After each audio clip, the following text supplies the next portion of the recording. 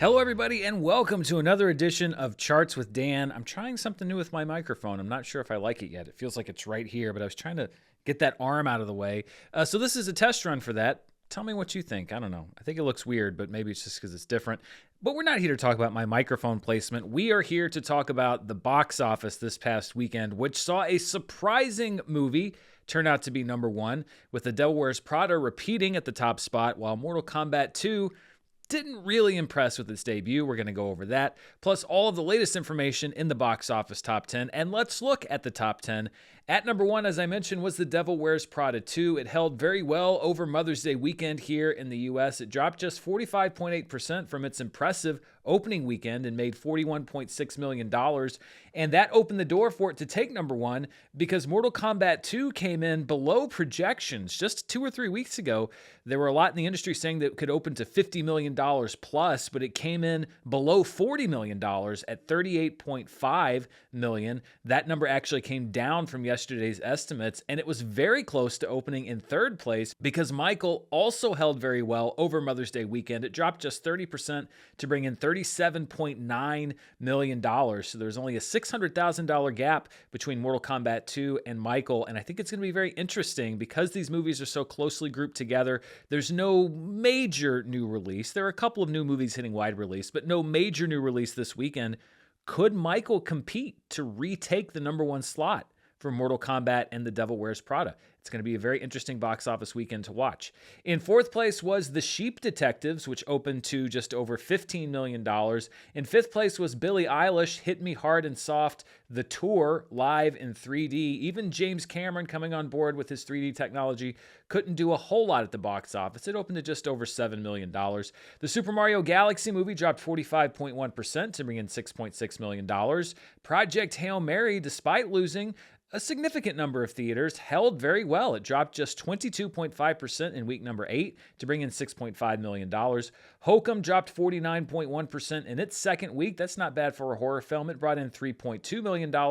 Deep Water dropped 60% in its second week to bring in $836,000. And Animal Farm, still in the top 10, it made just over $700,000, but it had a hefty 78.7% drop from week number 1 to week number 2. I crunched the numbers on this. This wasn't one of the 10 worst holds for a movie that was in wide release in week number 1 and still in wide release in week number 2, but it was one of the biggest drops for a movie like that. It was able to avoid being an all-time disaster, but still, no good news for Animal Farm anywhere across the board. Dropping out of the top 10, we had the drama after 5 weeks, Lee Cronin's The Mummy out after 3 weeks, and That Time I Got Reincarnated as a Slime, the movie Tears of the Azure Sea, out after just 1 week. And this was a bit of a shocker for me when I finally crunched the numbers. This is the 2026 box office versus the 2025 box office week by week. And this past weekend saw a 92.8% increase over the same weekend last year. That's right, we almost doubled last year's box office total this past weekend. Last year, of course, was the second weekend for Thunderbolts, but it was not a very deep bench. So what started off as a really good beginning of May compared to last year turned into a fantastic second week of May. And it's because we had strength at numbers 1, 2, and 3. We had 3 films that were over $35 million. Now, the last time the top 3 at the domestic box office all made over $30 million was that Thanksgiving 2024 stretch where we had Moana 2, as well as Wicked and Gladiator 2, all in theaters at the same time. But we're actually going to jump to our Charts with Dan trivia question today because all 3 movies this past weekend, the top 3, were over $35 million. So that's this week's question. It's been nearly 4 years since the top 3 movies at the weekend domestic box office all made over $35 million. What were those 3 movies? I'll give you a second to think. It's been nearly 4 years, so you might want to think sometime around the summer. If you want to think some more, pause the video because here comes the answer. It was the weekend of June 17th through the 19th, 2022, when Jurassic World Dominion made $59.1 million in its second weekend. Lightyear opened to $50.5 million in its first weekend, and Top Gun Maverick made $44.6 million in, I believe, its fourth weekend. It was already deep into its run, but that was the last time the top 3 domestically were all above $35 million. And the fact that we did have such a deep bench bench this past weekend is why we had such a significant total over what we saw last year. So a great start to the summer movie season in comparison to 2025, and we'll see if we can carry that through to Memorial Day. Let's take a look now specifically at some of the movies that were in the top 10, and we'll start with The Devil Wears Prada, which was the repeat #1 movie of the weekend. The Devil Wears Prada 2 also had a bit of a downgrade as far as its gross from the estimates to the actuals, and that means it is now just under Mamma Mia to be the third highest grossing film in Meryl Streep's career. But really, when you factor in yesterday's box office grosses, it will be the second highest grossing film in Meryl Streep's career, and it will soon be taking over the spot that Mary Poppins Returns currently occupies as the highest grossing film of Meryl Streep's career. And when you look at this top 10, the one that really stands out to me is Kramer versus Kramer. That's not an adjusted figure. That is the figure from the film, which came out in 1979. And starting probably next week, we're going to look at Meryl Streep's career adjusted for inflation, and you'll see just how impressive that gross for Kramer versus Kramer really is. As far as the top domestic weekends of the year, The Devil Wears Prada 2 snuck in as the 10th highest gross for any film in 2026, displacing Avatar: Fire and Ash from early in the year. So it holds two of the highest grossing weekends of the year, number 4 and number 10. The Super Mario Galaxy movie still the highest grossing weekend of the year at number 1, and then its second weekend, which was the 5th highest grossing weekend of 2026. Michael still holds the record for the 2nd and 8th highest grossing weekends of the year. Project Hail Mary has the 3rd and 7th highest grossing weekends of the year. And then we have Scream 7. Its opening weekend was the 6th highest grossing weekend for any movie in 2026 domestically. And the opening of Hoppers comes in 9th place. So we've basically seen dominance from 4 movies so far this year, but I think that's going to get shaken up a lot as the summer goes on. Let's turn now to Mortal Kombat II, which had a disappointing opening weekend. It was made for about reportedly $80 million, so it's not disastrous. It's not like the movie cost $200 million to make, but it still came in well below expectations. And looking at the result of the film, you have to wonder if maybe it shouldn't have stuck to its original release date back in October. If you remember, a couple months before it was supposed to come out, Warner Brothers moved it from the fall of last year to the summer of this year. Had it come out last October, it would have opened up against Chainsaw Man, the movie, Reze Arc, Regretting You, and Springsteen, Deliver Me From Nowhere. So I think it would have easily been the #1 movie of the weekend. It would have had one weekend to itself pretty much before Predator Badlands opened, and then we would have gone into the Thanksgiving and the holiday season from there. But I don't think that it would have necessarily been a more competitive marketplace. I think that Warner Brothers maybe was expecting Tron Ares to do better, maybe expecting some of the other movies to do better, but I don't see any advantage to it being released now in retrospect when you're in the wake of Michael and The Devil Wears Prada 2, and probably still getting some competition from Project Hail Mary, even though it's further down the top 10. So this was perhaps a calculated risk for Warner Brothers, but I don't necessarily think that it was a risk that paid off. Mortal Kombat 2 did still manage to have the 7th best opening weekend of the year, coming in between Hoppers and Wuthering Heights. GOAT and Send Help are numbers 9 and 10, but not even really close to breaking into the top 5. And again, many people thought it could make $50 million plus on its opening weekend. And I have to give credit to the members here on the channel. Last week for the member poll, I asked if you thought that Mortal Kombat 2 would open to more than $47.7 million, which would make it one of the 10 highest video game movie openings of all time.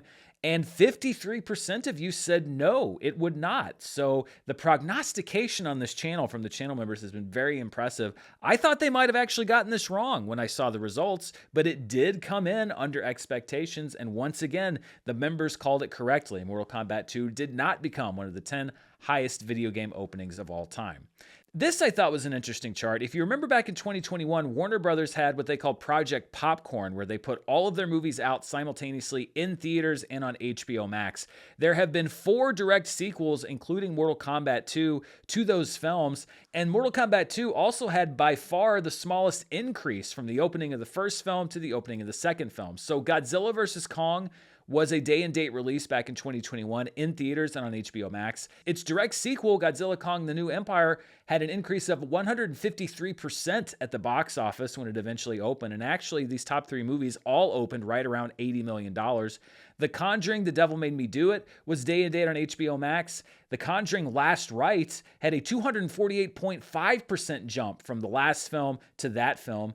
Dune Part 2 opened 101.2% higher than the first Dune film, but Mortal Kombat 2, while it did have a bigger box office opening than the first movie, only increased 65.2% from the first film to the second film. So we saw an appreciable bump from these Project Popcorn movies, naturally because the sequels weren't day and date and theaters were more open, but a much smaller jump between the two Mortal Kombat films. Let's talk a little bit about Michael, which continues to do exceptionally well at the domestic box office, and it has now officially become the highest grossing music biopic of all time domestically at $241.8 million.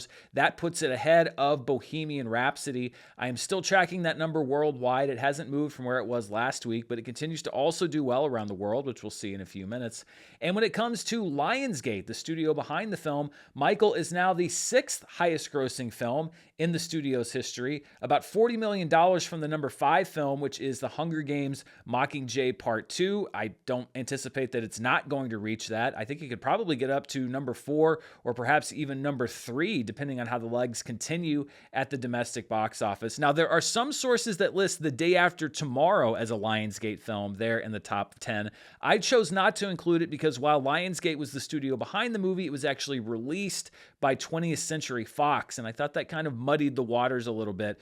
So The Day After Tomorrow is not on this particular list, though you may see it listed in other places. These are the highest grossing non-sequels of the decade, and there's going to be a lot more movement on this list. Michael is at number 6, and it is closing in on Sinners. And look at Project Hail Mary. It's less than $2 million behind Oppenheimer. It's going to pass Oppenheimer's domestic gross any day now. We've been tracking this on the show for the last few weeks. So the top 5 is going to look a lot different in 2 or 3 weeks' time, with Project Hail Mary at number 3 and Michael there at number 5. And then we'll see if Michael continues to pass Project Hail Mary at the box office.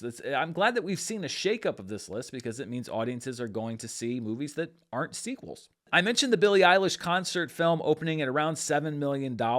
James Cameron's name attached to it, I think, probably gave it some extra expectations. It did put up a top 10 opening for a concert film domestically, at least when it comes to music, not including stand-up comedy. But the competition there isn't extremely fierce. These are the 10 best openings for a musical concert film, again, not counting stand-up comedy. Of course, Taylor Swift The Eras Tour has the record by about 3 times the number 2 movie at $93.2 million. Then we have Hannah Montana and Miley Cyrus Best of Both Worlds concert, which opened on Super Bowl weekend, as we have talked about on the channel many times before.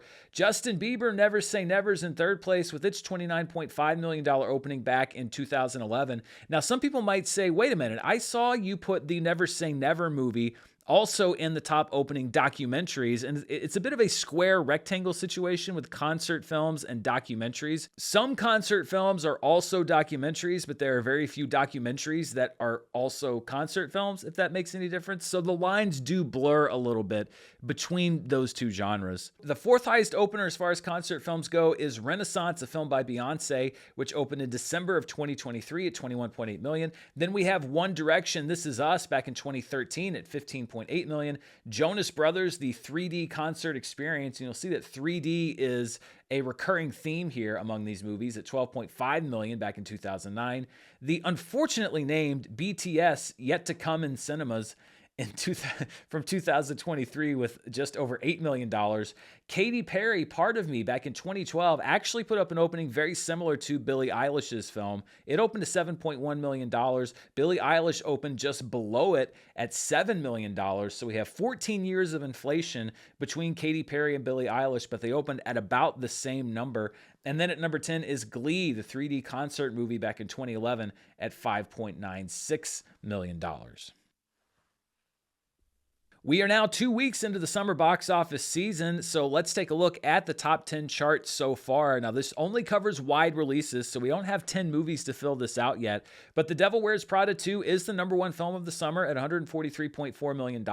Mortal Kombat 2 debuts in 2nd place at $38.5 million. The Sheep Detectives opens in 3rd place for the summer, Hokum is down 2 spots from last weekend. Billie Eilish, Hit Me Hard and Soft, is at number 5 at just over $7 million.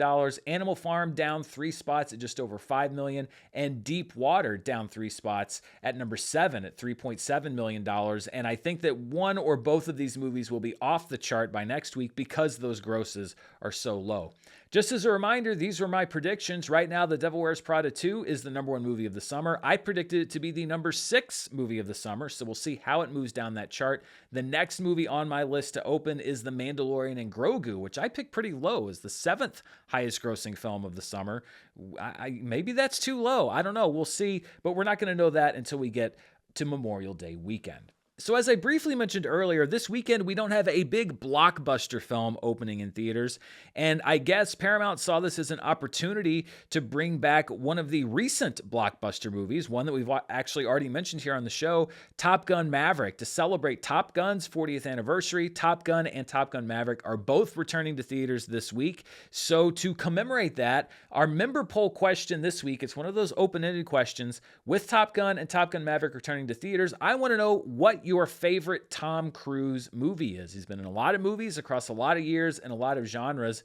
I want to know which one is your favorite. Leave your answer in the comments of the member poll. Please, if your favorite Tom Cruise movie is already there, instead of leaving the answer again, upvote the movie that you want. Upvote your favorites, basically. It just makes the votes easier to count. I will reveal the results on next week's Charts with Dan. Let's look outside the domestic box office now to the top 10 films internationally, which is all markets outside of the US and Canada. And the number 1 film was The Devil Wears Prada 2, which dropped about 51.6% from last weekend, bringing in another impressive $75.8 million gross. Michael was in second place at $58.5 million. It dropped just 27.6% internationally. And then we have Mortal Kombat 3, which opens in third place at the international box office. And this was not a case where the movie was only open in a handful of markets. It was open in about 80 markets internationally. It just did abysmally around the world. It was maybe not that impressive here in the US and Canada. It was an absolute no-go in other countries around the world. And for whatever reason, I'm sure that there are many of them, but a $23 million opening around the world really torpedoes any hope that it could make up any deficit that it has here at the domestic box office. The Super Mario Galaxy movie dropped 54% to bring in $14.8 million, and Billie Eilish, Hit Me Hard and Soft, the tour live in 3D, rounds out the international top 5 at $12.6 million. When you combine the international numbers with our domestic numbers, we get our top 5 films worldwide, but based off of the reaction to last week's show, we're going to try something new because this week we're going to look at the top 10 films worldwide. It's not a whole lot different from what we saw domestically, but there are a few movies that weren't in the international top 5. So these are the top 10 movies at the box office around the world this past weekend. At number 1 was The Devil Wears Prada 2. Its worldwide weekend, which is inclusive of all markets, including the domestic market, was down 49.7% from its opening, but it brought in another $117.4 million. And again, for a movie that didn't cost a massive amount of money to make, that's a very good number. Its total is now at $431.8 million, so it's going to be at $500 million pretty soon. Michael dropped 28.7% to bring in $96.4 million. Its global total now approaching $600 million. Mortal Kombat 2 opened in third place worldwide for a total of $61.5 million. The Sheep Detectives brought in $27.1 million from all markets around the world, so it's a top 5 global movie. The Super Mario Galaxy movie is at $21.4 million with a 51.6% drop, so it opened in some key markets last weekend, but it hasn't shown a phenomenal hold in those markets. It is crawling toward that $1 billion mark, $940.9 million. Billie Eilish, Hit Me Hard and Soft comes in 6th globally at $19.6 million. Project Hail Mary dropped 35% globally from last weekend to bring in another $10.39 million. It's now at $656 million globally. And then we have 3 films from China rounding out the top 10. At number 8 8 is a movie called Dear You, which brought in $8.42 million. It's a movie about a man who seeks out his grandfather, only to find out that he's not his grandfather. And then at numbers 9 and 10 were two movies that were in the worldwide top 10 last weekend. Vanishing Point, which dropped 68%, and Cold War 1994, which dropped 75.7%. Again, this is very typical of the Chinese box office, especially coming off of a holiday week, which is what we saw last week. We have big openings and then steep drops, and that's what we saw with those two films. These are the biggest worldwide opening weekends of 2026, and Mortal Kombat 2 was able to scratch out the 9th best opening for any movie around the world this year, but it comes in behind Wuthering Heights, behind Hoppers and Scream 7, and I don't know if necessarily a lot of people would have said that Mortal Kombat 2 would open to less globally than Wuthering Heights did, but that's just how it goes. So Warner Brothers not having as stellar a year in 2026 so far as they had in 2025.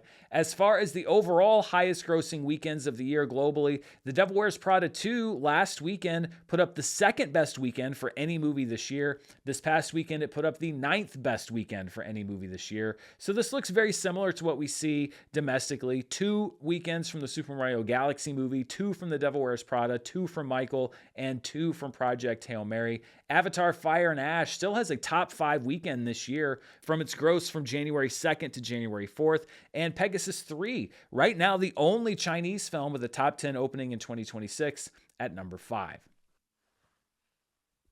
Let's return now to the domestic box office and take a look at some other stats from this past weekend. First of all, these were the biggest theater count changes from last weekend, and the biggest theater loser was Lee Cronin's The Mummy. It lost 1,471 theaters, the vast majority of its remaining theaters. It's now out of wide release. It's in 612 theaters.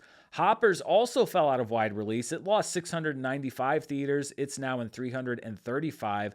Over Your Dead Body had already lost a significant number of theaters, but now it basically fell out of release altogether. It lost 620 theaters. It's now in only 30 theaters. Project Hail Mary lost its first big chunk of theaters. It lost 600 theaters, but it's still in 2,417. And the drama lost the majority of its remaining theaters. It lost 565. It's still in 292. These were the top per theater averages from this past weekend. At number 1 was Silent Friend, which brought in a reported $37,220 per theater in just 2 theaters. Silent Friend is the latest from director Ildiko Iñárritu, and it's a movie about people attempting to connect with plants, starring Tony Leung and Léa Seydoux. My mom is actually an avid gardener, and she texted me a link to the trailer of this movie, which I think is the first time she's ever done that, and said, we have to see this movie if it plays near us. I don't know if it is going to, but it definitely apparently is able to sell itself to the gardening fans out there, and it does look like an interesting film. I hope I get a chance to see it at some point. In second place was Blue Film, which brought in $15,500 per theater in 2 theaters. Blue Film is from writer-director Elliot Tuttle about a cam boy who shows up to a client's house for a private show with unexpected results. In third place was a documentary called The Python Hunt, which brought in $13,827 per theater in 1 theater. It is about an actual annual python hunt that happens every year in Florida in the Everglades to decrease the population. Then we have 2 wide releases at numbers 4 and 5. Mortal Kombat 2, which brought in $10,990 per theater in 3,500 theaters, and Michael, which is right behind it at $10,677 per theater in also just over 3,500 theaters. And Silent Friend put up to date, unless its total changes, one of the best per theater averages of the year. Of course, The Moment easily takes that record for 2026, bringing in over $100,000 per theater in 4 theaters back in late January. Then we have Pillion at just over $60,000 per theater in 4 theaters in early February. But Silent Friend is there in third place, followed by Fantasy Life and Surat. I actually had to adjust some of these figures because the totals had changed between the last time I checked this graphic and when I was making the ones for this week. So if you see a difference in the graphic, it's because I did do some double checking and readjusting. These were the top films in limited release this past weekend, which I define as fewer than 1,000 theaters. We had a great run last week for limited releases, but this week was a little slower. The Story of Everything in its second weekend took over the number 1 spot with $150,000 in an unknown number of theaters. I couldn't get a theater count for that this week. Then we have That Time I Got Reincarnated as a Slime, the movie, in 837 theaters. It saw a big drop in weekend number 2. That's not uncommon for most anime films. It brought in $130,000. Blue Heron, which has been on this list before and kind of dropped off, is back because it expanded to 97 theaters and brought in just over $100,000. I continue to hear very good things about this movie. Silent Friend, in just 2 theaters, also makes this list with a total of $74,440. And then the documentary Steal This Story, Please, which was on the show 2 or 3 weeks ago, is back at number 5 at $68,560 in 35 theaters. This is what the domestic box office looks like so far for 2026. The Super Mario Galaxy movie, the highest earning movie domestically at $412.1 million. Project Hail Mary, though, a very respectable number 2 at $328.3 million. Michael's behind at number 3 at $241.8 million. Hoppers is at number 4. The Devil Wears Prada 2 moves up 3 spots from last week. It's at $143.4 million, and it will be in that number 4 spot next week. Scream 7, Goat, and Wuthering Heights are all down 1 spot, and the top 10 is rounded out by Send Help and Reminders of Him. Mortal Kombat 2 is going to be in the top 10 on next week's show, but it's not going to get too far up that top 10. And this is what the 2026 box office looks like domestically when you look at all tickets sold since January 1st. Avatar Fire and Ash, still a top 5 movie of the year, but The Devil Wears Prada 2, which is up 4 spots from last week, will soon break into the top 5. So the top 5 highest earners of the year will all be 2026 films. Zootopia 2 is currently the only other film from 2025 that's on this list, although it's going to get bumped out soon. And eventually, we're not going to look at this list anymore, but it's interesting to me to always see what holdovers from last year stay on this list and how long they're able to hang on. This is the worldwide box office for 2026 so far. Of course, the Super Mario Galaxy movie remains number 1 at $940.9 million, but Project Hail Mary moves up into the number 2 spot. It moves past the Chinese film Pegasus 3. Michael's at number 4, but it is really angling to take that number 2 spot very soon. The Devil Wears Prada 2 is now a top 5 movie globally at $431.8 million. Hoppers and Wuthering Heights are both down a spot, ahead of Blades of the Guardians, Scream 7, and Scare Out. So those are the box office numbers I have for you this week. Now let's take a look at the latest in the world of streaming. And we'll start with the latest numbers from Netflix. New ones will be out later today. These cover the week of April 27th to May 3rd. And let's look first at the most viewed programs on Netflix for that week. At number 1 was Apex, which put up over 40 million views. That's actually an increase over what it saw in its first few days on the streaming service. There's kind of 2 patterns you see with most movies that aren't K-pop Demon Hunters. One is a huge surge of interest in the first few days, and then more views in that second week as word spreads, and then what is maybe more common is a huge surge of interest in the first few days and then a decrease in its first week on the streaming service. So this seems to indicate that maybe word of mouth on Apex was good and people decided to check it out. In second place was the debut of the animated Netflix film Swapped. It was a distant second at 15.53 million views. Then we had the debut of the Netflix original series Man on Fire at just under 11 million views. After that is the Netflix true crime series Should I Marry a Murderer at 10.65 million views. The answer to that question seems to be an easy no, but it's actually about a woman who is engaged to a murder suspect who stayed with him in order to gather evidence for the police. The Netflix original series Unchosen stays in the top 5 at 8.82 million views. Then at number 6, we have If Wishes Could Kill at 7.49 million views. This is a series from South Korea about a group of high school students who discover a killer app. These kids and their apps, when are they ever going to learn? Running Point Season 2 is at number 7 at 6.69 million views, followed by Thrash, the Netflix shark movie at 4.33 million views. Migration, which was a release from a couple years ago, returns to Netflix at number 9 at 4.12 million views. And then at number 10 is Flunked Season 1 at just under 4 million views. Flunked is a French series about a criminal who goes undercover as a teacher for the police. So a lot of people collaborating with the police in the Netflix top 10 this week. Apex had one of the best weeks for any movie so far this year on the streaming service. 40.17 million views means it had the fourth best week for any film in 2026. War Machine's second week actually had the best performance for any film this year at 44.38 million views. Then we had the first and second weeks of The Rip, and the second week of Apex was right behind the second week of The Rip. Then we had the first week of War Machine at 39.32 million views. So, through April, really three movies, the only ones putting up massive numbers at Netflix so far. And this is the first time we're looking at this chart this year. These are the best debuts for new series on Netflix this year, and we actually had two entries into the top 10 this past week. The best debut for a series, and again, this is a new series, not a returning series, so far this year was His and Hers back on the first weekend of the year at 19.88 million views. Then we have Reality Check Inside America's Next Top Model at 14.23 million views. Man on Fire's debut comes in third at 10.99 million views, followed by Should I Marry a Murderer and Unchosen Season 1, which debuted at 10.42 million views. So a lot of recent shows on this list. The reason we're not looking at this chart until now is because the new series debuts on Netflix so far this year have been somewhat unimpressive.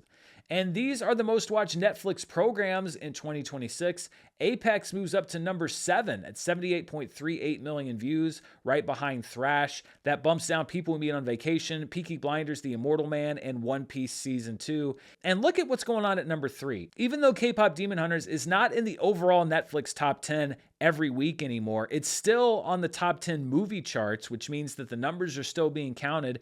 And right now, according to the ratings that Netflix makes available, it's the third most watched program on the streaming service, and it's climbing the charts. Nearly a year after it came out, it's now the third most watched program on the streaming service this year at 94.24 million views. That may change when we get the full ratings picture here in a few weeks at the end of June. But as for now, it's number 3. It jumps ahead of Bridgerton Season 4 and His and Hers. War Machine, according to available ratings, still the number 1 most watched program of the year at over 128 million views. Let's take a look now at the latest numbers from the Nielsen streaming ratings. Now, these are different from Netflix in that they're domestic only. They're not global ratings, and they're delayed by about a month because that's how long it takes Nielsen to process the numbers. So this covers the week of April 6th through the 12th, so about a month ago. And let's look at the most watched streaming movies. This was the week that we saw Thrash debut on Netflix, and it brought in 11.45 million hours watched, according to Nielsen. In second place was Jumanji, Welcome to the Jungle, which was the first of the Rock, Kevin Hart, Jack Black, Karen Gillan movies. It came in second place at 7.28 million hours watched with its debut back on Netflix. Crime 101 is at number 3, followed by Zootopia 2 and Anaconda. The Truth and Tragedy of Mariah Wilson's at number 6. At number 7 is the Idris Elba killer lion film Beast at 3.8 million hours watched. Then we have Mercy on Amazon Prime Video. The Fifth Element, which obviously moved over to Netflix, at 3.41 million hours watched. And K-Pop Demon Hunters in the top 10 at 3.31 million hours watched. And these are the best debuts for new movies in 2026, according to Nielsen. Thrash comes in 5th place on this list with 11.45 million hours watched. That comes in behind Joe's College Road Trip, the debut of War Machine, the debut of The Wrecking Crew, and The Champ So Far, which was the debut of The Rip at 23.21 million hours watched. These were the most watched streaming shows for April 6th through the 12th. After hitting number 1 for the first time ever last week, The Pit stayed at number 1 at 18.8 million hours watched. At number 2 was the return of The Boys on Amazon Prime Video with 14.98 million hours watched. Bluey's in 3rd place, followed by the first week of Trust Me, The False Prophet on Netflix at 14.16 million hours watched. Grey's Anatomy comes in 5th place, followed by Love on the Spectrum US and The Big Bang Theory. SpongeBob SquarePants returns to the top 10 at number 8 with just over 11 million hours watched. Family Guy's at number 9, and Bob's Burgers returns to the top 10 at number 10.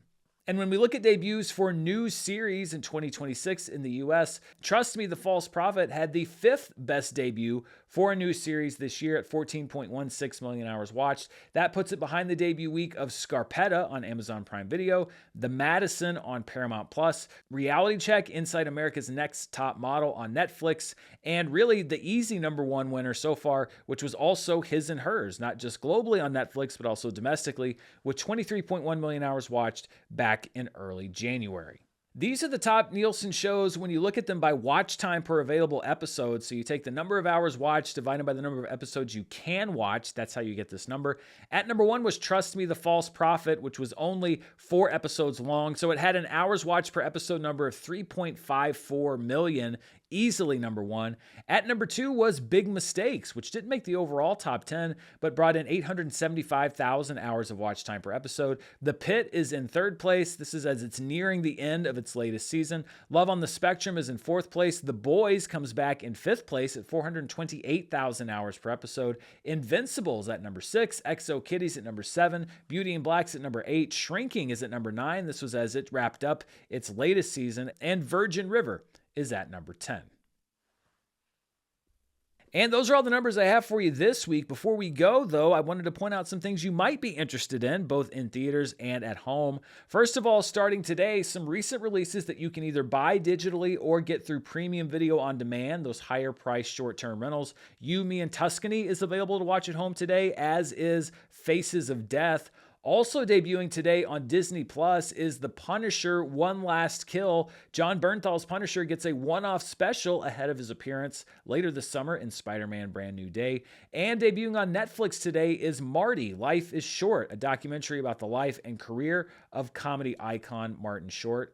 On Wednesday, keep this in mind, not Friday, but Wednesday, Top Gun and Top Gun Maverick return to theaters for what is being billed as a one-week engagement. So if you want to see these movies in theaters again, you've got 1 week to do it starting on Wednesday. Then on Friday, there are a few movies hitting wide release. One of them is Obsession, which is a new horror film from writer-director Curry Barker. It's about a man who makes a wish for his crush to fall in love with him, but discovers that it comes with a dark side. It kind of reminds me of that episode of Saved by the Bell where Zach Morris tries to use subliminal messaging to get Kelly Kapowski to ask him out to the dance, and then the school pranks him by all pretending to be in love with him. Just me? Okay, well, maybe the movie's not like that at all. Also hitting theaters this Friday is In the Gray, which is Guy Ritchie's latest film about a cool-looking group of elite fighters. This movie stars Jake Gyllenhaal, Henry Cavill, Isaac Gonzalez, and Rosamund Pike. Is God Is also hits theaters nationwide this weekend. This is the debut from writer-director Alicia Harris, and it's about 2 sisters who set out to get revenge on their abusive father. The cast includes Janelle Monáe, Vivica A. Fox, Sterling K. Brown, Cara Young, and Mallory Johnson. Also hitting theaters this weekend for its 25th anniversary. I am so old. I graduated from high school the year this movie came out. It's Shrek. Shrek has maybe my favorite second life of any fictional character. The way that he has become the ultimate meme is fascinating to me. It started off with Smash Mouth, and now it's just Shrek everywhere. But anyway, if you want to see that movie in theaters, you can see it again this weekend.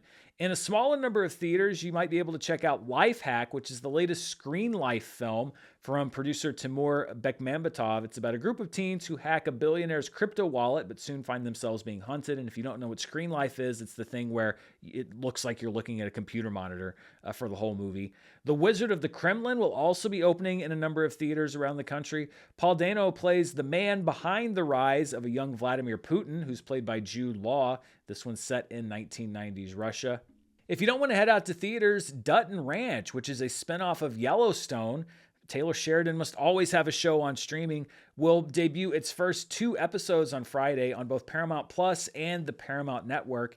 And on Saturday, this is really not something you hear about here in the United States, but I know it's massive in Europe. The Eurovision Song Contest final will be happening on Saturday here in the United States. If you want to check it out, it'll be available on YouTube and also on Peacock.